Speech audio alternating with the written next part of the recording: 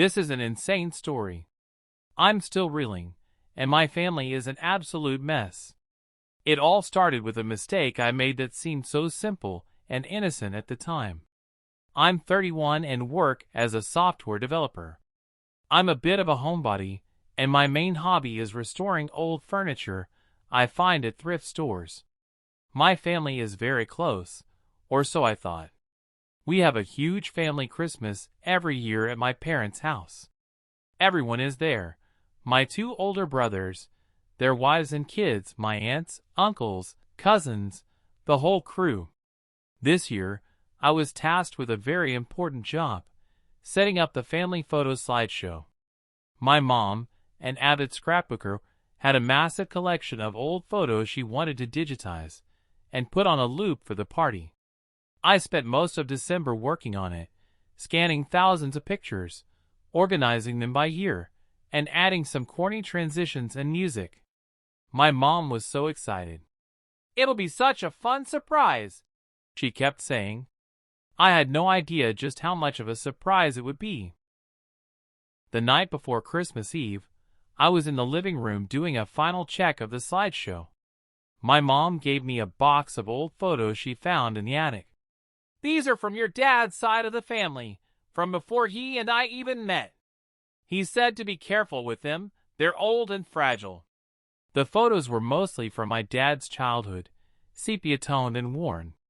I found a bunch from his college days that were hilarious, especially the one where he had a truly terrible mullet. I was about halfway through the box when I saw it. A photo I couldn't place. It was my dad, but younger, maybe 20.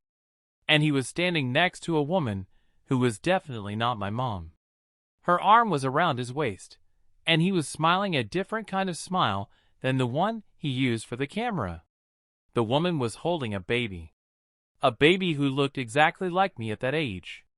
I stared at the picture, my mind racing. No, it couldn't be. My dad has always been a straight-laced guy. He and my mom have been married for 35 years. This had to be a cousin or a friend. I kept searching the box and found another photo. This time, it was my dad, the woman, and the baby all sitting on a porch. The woman was holding the baby, and my dad was looking at her with an expression that was way more than friendly.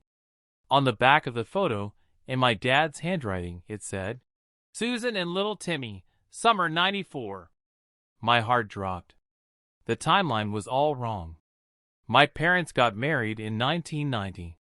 I was born in 1994. My older brothers were born in 1991 and 1992. I was born in July. That picture was taken in the summer.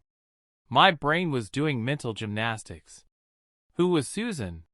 Who was little Timmy? And why did he look so much like me? I was in shock. I scanned the photos and put them back in the box, carefully tucking them away exactly as I found them. My gut told me to say nothing and just pretend I hadn't seen them. But my heart was pounding and I felt sick. Christmas Eve arrived, and my whole family was at the house. My mom was running around, making sure everything was perfect. My dad was telling a joke to my brother-in-law. Everything seemed normal, too normal. I felt like I was in a movie, waiting for the big reveal. I kept looking at my dad, trying to see him differently, but he was just Dad. The guy who taught me how to change a tire and fix a leaky faucet. I set up the slideshow, and it started playing on the big screen in the living room. People were oohing and aahing, reminiscing about old times. And then it happened. The slideshow progressed to the 90s. There were pictures of my brothers and me as kids, and then, a few seconds before a picture of my first birthday party, the photo of my dad with Susan and little Timmy flashed on the screen. I had forgotten to remove it. The laughter in the room stopped. The music seemed to fade. I heard a sharp intake of breath from my mom. I looked over at my dad, and his face was ashen. My mom went white as a ghost and grabbed my dad's arm. "Who is that, Alan?" she whispered, her voice trembling. My dad tried to play it off. It's, an old friend. From college. He must have put that one in there by mistake. He pointed at me. Sorry, son. My Aunt Linda, who has a memory like an elephant and a penchant for drama, chimed in. That's not a friend, Alan. That's Susan. From your college days. You brought her to a family barbecue once. Mom and Dad never liked her. The room was silent. I looked at my dad. His face was a mix of panic and shame. My mom's eyes were fixed on the screen, where the photo of my dad and Susan was still frozen on the TV. Who is the baby, Alan? My mom asked, her voice dangerously quiet. My dad just stood there, unable to speak. That's when my Aunt Linda added, That's her son, Timmy. He was a few months old when you brought him around. My mom looked from the screen to me. Her eyes widened, and tears started to well up. Oh my God, she said, her hand flying to her mouth. He looks just like you. The dam broke. My dad, cornered, admitted to it all. He and Susan had been in a serious relationship in college. They broke up, he met my mom, and they got married.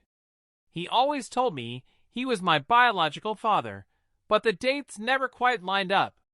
My mom had been so in love with him, she didn't care that he was a few years older and had a messy past. She had trusted him. And now, this secret she'd held on to, that she thought was just a messy past, was staring her in the face. My dad had been cheating on her. Not with Susan, but with Susan's son. He had convinced her to let him raise Timmy, his nephew, as their own. My mom, wanting to be the perfect wife and mother, had agreed, thinking she was doing a good thing. Except that wasn't the whole story. My Aunt Linda, who had been holding on to this secret for decades, finally spilled the beans. Alan, you can't lie anymore. Tell them the truth. And he did.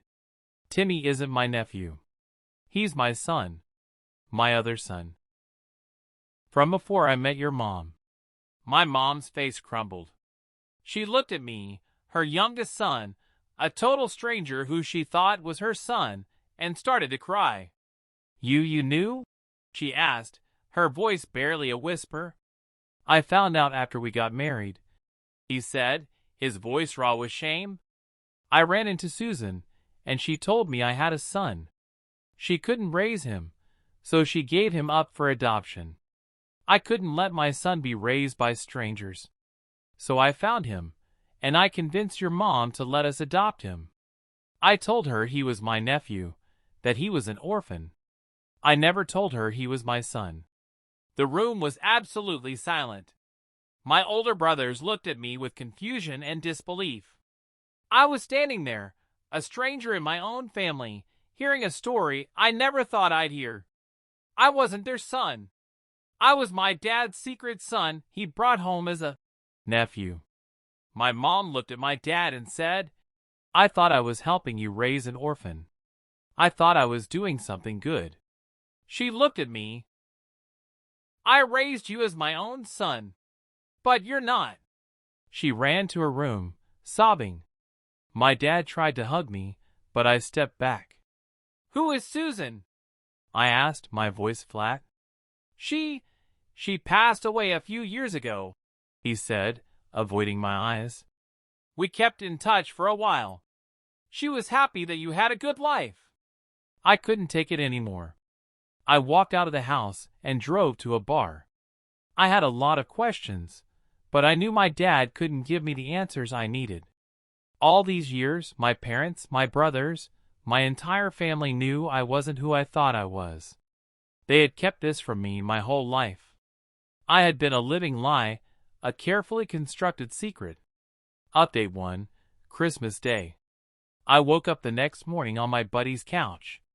My phone had 50 missed calls and 30 texts. All from my family. I didn't respond. I just scrolled through my photos, looking at all the family pictures from my childhood. Each one was a lie. I went over to my parents' house. The atmosphere was a heavy, suffocating silence. My mom was in her room, and my dad was on the couch, looking old and broken. I walked up to him. "Where is Susan's family? Do I have cousins on her side?" He looked up at me, shocked. I don't know." "You don't know? You raised her son, and you don't know her family?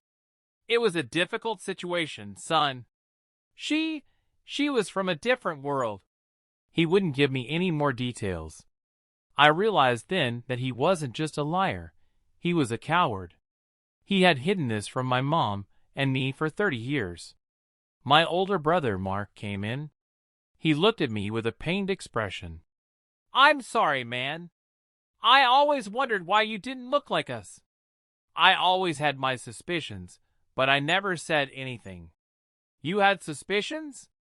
And you never told me?" I felt a surge of anger.